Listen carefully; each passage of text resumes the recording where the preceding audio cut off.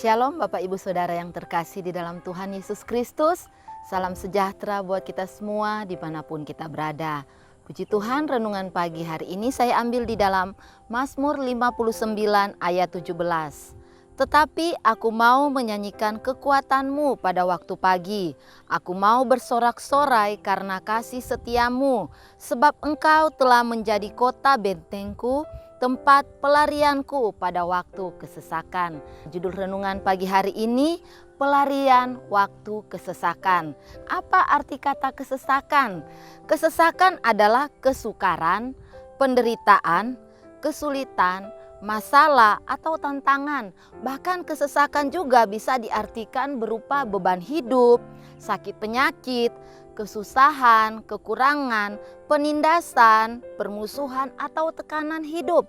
Yang menjadi pertanyaan kita pada pagi hari ini, apa yang kita lakukan di saat kita mengalami kesesakan?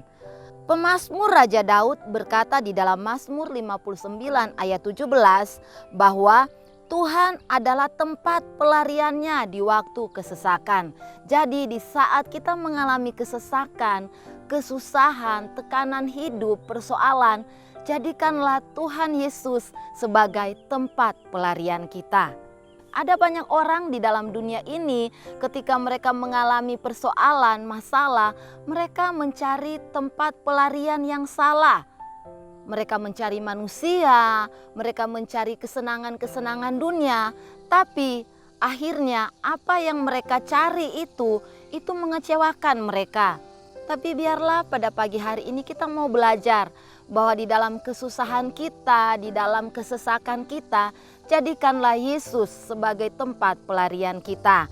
Ketika Daud juga berada di dalam kesesakan, hal yang dia lakukan yaitu dalam Mazmur 59 ayat 17, di situ Daud berkata bahwa aku mau menyanyikan kekuatan Tuhan pada waktu pagi. Jadi Bapak Ibu Saudara, ketika kita berada di dalam kesesakan, mari kita nyanyikan bahwa Tuhan adalah kekuatanku. Kita minta kepada Tuhan bahwa Tuhan, Engkaulah tempat kekuatan kami. Karena sebagai manusia, kita kekuatannya terbatas Bapak Ibu Saudara. Di dalam menghadapi masalah, jangan mengandalkan kekuatan dan kepintaran kita. Tapi jadikanlah Tuhan sebagai tempat kekuatan kita. Karena Tuhan Yesus mengajak kita. Di saat kita dalam keadaan letih lesu dan berbeban berat, marilah kita datang kepada Tuhan. Yesus mengajak kita di dalam Matius 11 ayat 28. Marilah kepadaku semua yang letih lesu dan berbeban berat, aku akan memberi kelegaan kepadamu. Terjemahan lain berkata bahwa datanglah kepadaku, marilah ke sisiku. Jadi Yesus mengajak kita di dalam kesesakan kita, di dalam persoalan masalah kita, datanglah kepada Tuhan, datanglah ke sisi Tuhan, maka Tuhan akan memberikan kelegaan kepada kita.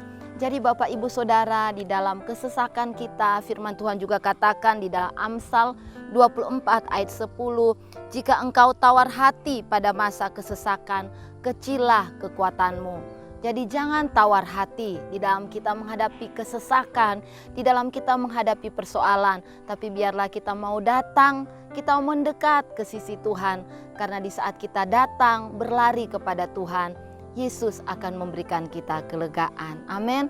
Puji Tuhan, biarlah kiranya renungan pagi hari ini memberkati kita semua. Mari kita berdoa.